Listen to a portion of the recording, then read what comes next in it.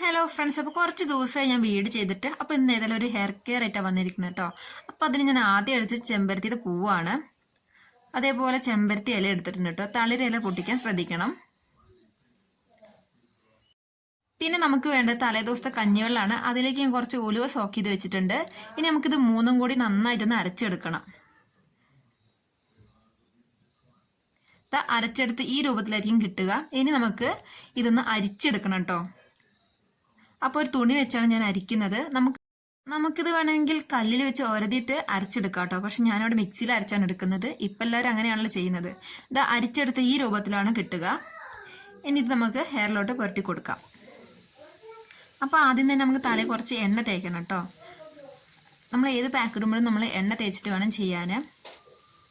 അപ്പോൾ എണ്ണ നന്നായിട്ട് നമുക്ക് പുരട്ടി കൊടുക്കാം.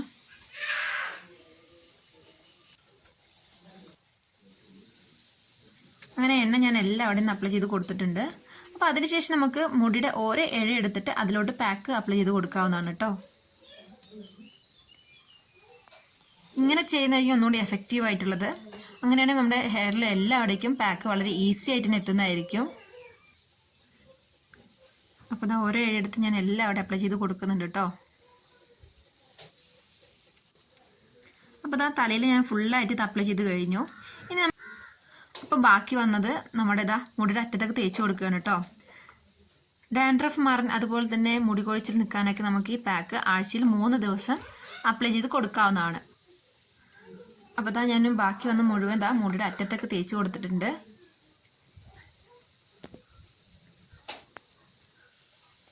വളരെ എഫക്റ്റീവായൊരു പാക്കാണ് കേട്ടോ. അപ്പോൾ എല്ലാവരും ഇതൊന്ന് ട്രൈ ചെയ്ത് നോക്കണം കേട്ടോ.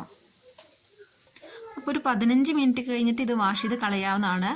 നമ്മുടെ ചെമ്പരത്തി ഇല കൊണ്ട് നമുക്കിനി വേറെ ഷാമ്പൂ ഒന്നും യൂസ് ചെയ്യേണ്ട ആവശ്യം വരുന്നില്ല.